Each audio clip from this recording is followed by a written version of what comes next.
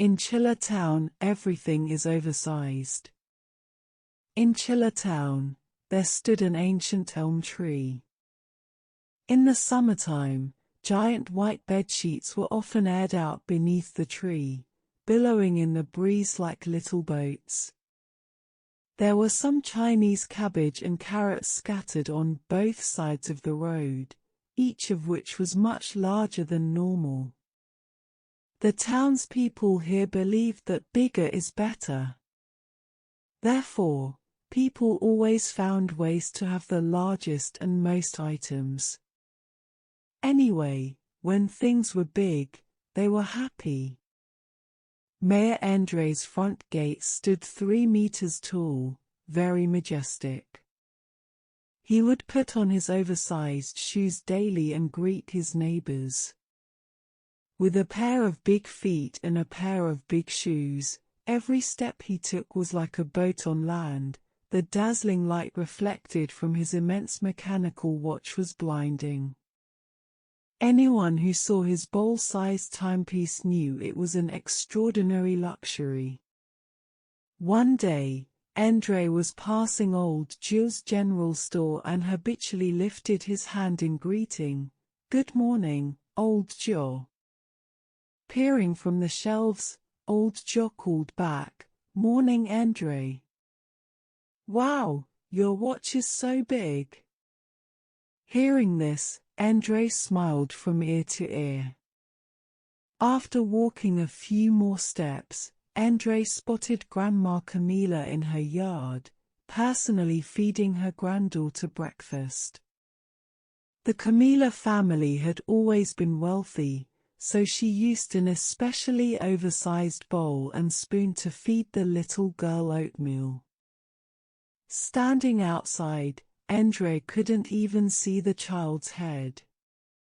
Deeply respecting Qile, he hailed, "My goodness, Qile! Your dishware is so big and beautiful." Busy wiping oatmeal off her granddaughter's face and clothes, Qile only smiled politely at André's greeting. "Oh no, things like this are fine for the child, though she's still not used to eating neatly. It's a mess everywhere." "Are you going on patrol, Mr. Mayor?" "Keep up the hard work." André just laughed and moved on. A few days later, the town's most important festival arrived, Big Day Festival. Recently the Mayor André had been busy preparing, naturally insisting that all the decorations must be big and plentiful, to attract customers and promote the event in nearby towns. In order to ensure good business for the vendors in the town, Mayor André had to do a lot of publicity to nearby towns, and he was almost overwhelmed. On the day of the Big Day Festival, the town square was filled up to the brim with townsfolk and neighboring tourists. Seeing the vendors flooded with customers, the delighted mayor announced, "Dear guests, I declare Qile Town's Big Day Festival officially open. Our town has everything, and everything is huge. The upcoming Big Horse Contest will be even more spectacular. Please wander and play to your heart's content." The Big Day Festival's main event was a beauty contest for big horses. It was difficult for big horse breeds to even squeeze into the square. In the hopes of winning, the local horsekeeper, Sanchez, dedicated his time and resources to feeding the horses with the freshest hay until they were full. The meticulous routine he followed, letting them rest, exercise, and feed again, several times a day. This routine was so daunting that the horses wanted to surrender at the sight of their feed. Sanchez smiled and said to the horse, "Have you had a bad appetite today? Let's just take a walk first and build up that appetite." Sanchez, wishing to win the competition, spent all his time at the stables, leaving after dark only to eat and rush back to massage the horses. His dedication to his horses had even led his family to complain that the stable was his real home. The stakes were high for him as the fresh feed was expensive, and he had to borrow money to sustain his passion. The huge amount of money that Sanchez owed could only be recovered if his horse won the prize. On the big day morning, Sanchez talked to his horses, "Buddies, we need to win, and in return for winning, I promise to buy you the best feed." But the word feed resulted in the horses rolling their eyes. In the square, the elated mayor announced, "Ladies and gentlemen, the results are in for our big horse contest. In third place is Drake's horse, so tall and imposing with Drake seated on his back. Coming in second is Sanchez. Sanchez's horse is a dark coffee brown. Upon hearing he had placed only second, tears instantly pooled in Sanchez's eyes and the corners of his mouth twitched uncontrollably. After endless dawn to dusk days, he didn't even have time to speak with family, raising obese horses only to fail. The meager prize money couldn't cover the feed bills, let alone his enormous debts from previous years. Without funds to enter next year's contest, his future looked dire. In the eyes of others, they thought he was so happy that he cried. As the big horse contest concluded, attendees crowded the vendor stalls to wander and shop. Mayor André's instructions, every booth flaunted oversized wares. So the clothes sellers sold dresses as big as sheets, and any grilled salmon at the barbecue stall was bigger than the palm of the hand. Word of the bizarre scales in Chilterns attracted gawking visitors from neighboring towns. Jess, a tourist from afar who loved everything gigantic, had taken 5 days vacation for the festival.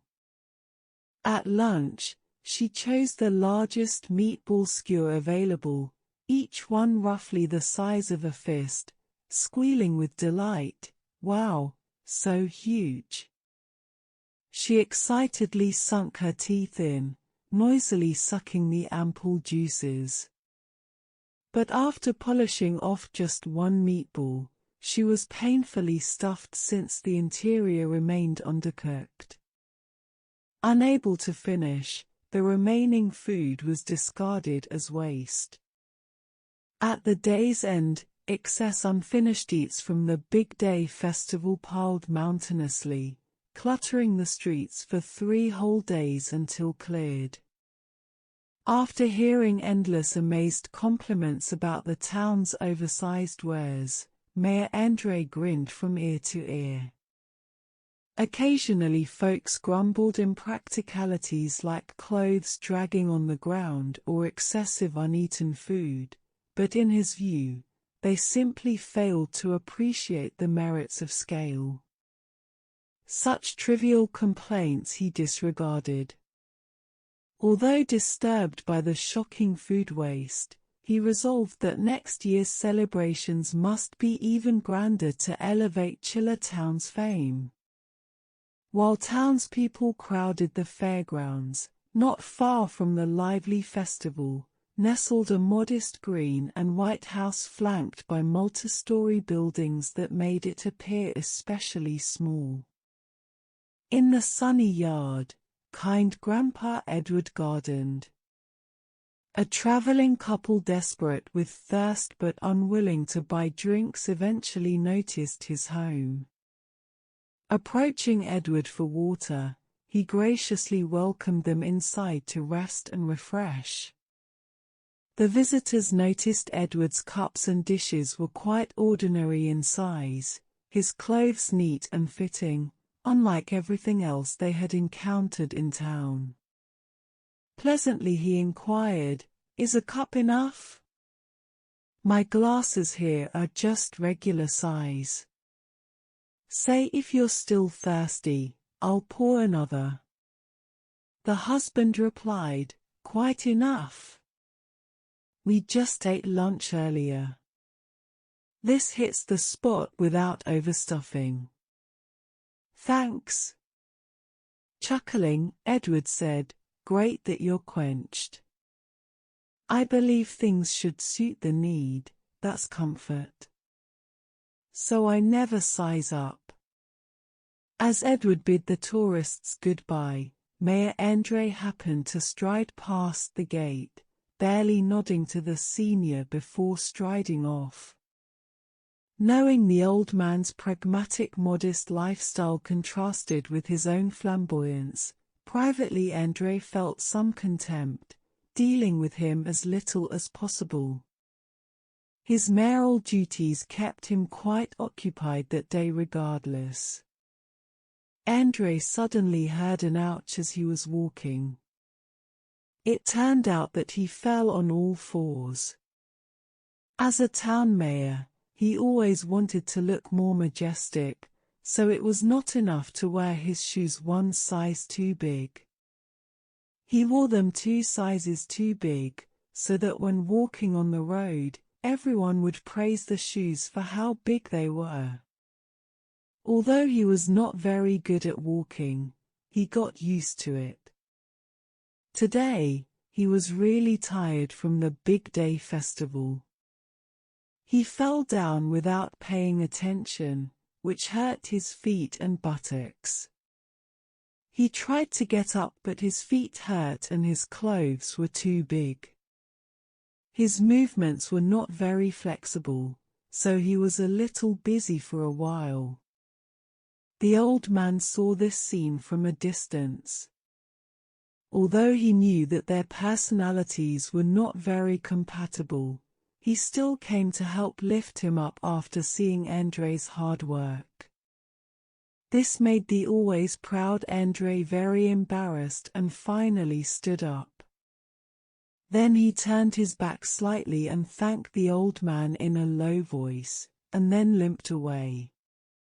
The kind-hearted Edward saw that he was having difficulty walking and couldn't help but remind him, "Be careful, you should go home first if you are injured. It will be easier to walk with a pair of shoes that fit your feet." Looking at André's cold and unresponsive back, Edward also knew that André wouldn't listen, so he turned around and went back to planting flowers. In truth, after the fall André's feet had swollen terribly, walking in oversized shoes extremely taxing. Still, hearing Edward's counsel to select practical footwear, he grumbled under his breath, "How can undersized things ever impress? Bigger is still best. I won't stumble again."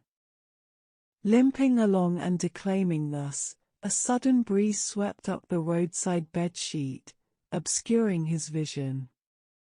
With a bang, André hit a big elm tree and fell down again.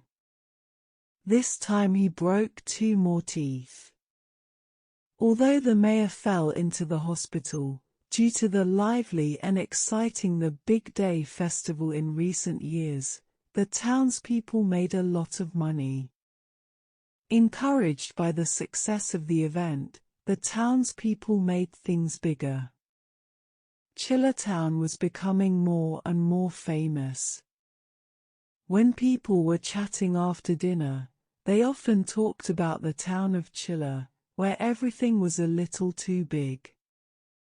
When they recalled those ridiculously big shoes and the story of the mayor who broke his tooth, it often made everyone laugh. Alright, kids, today's story ends here. See you next time.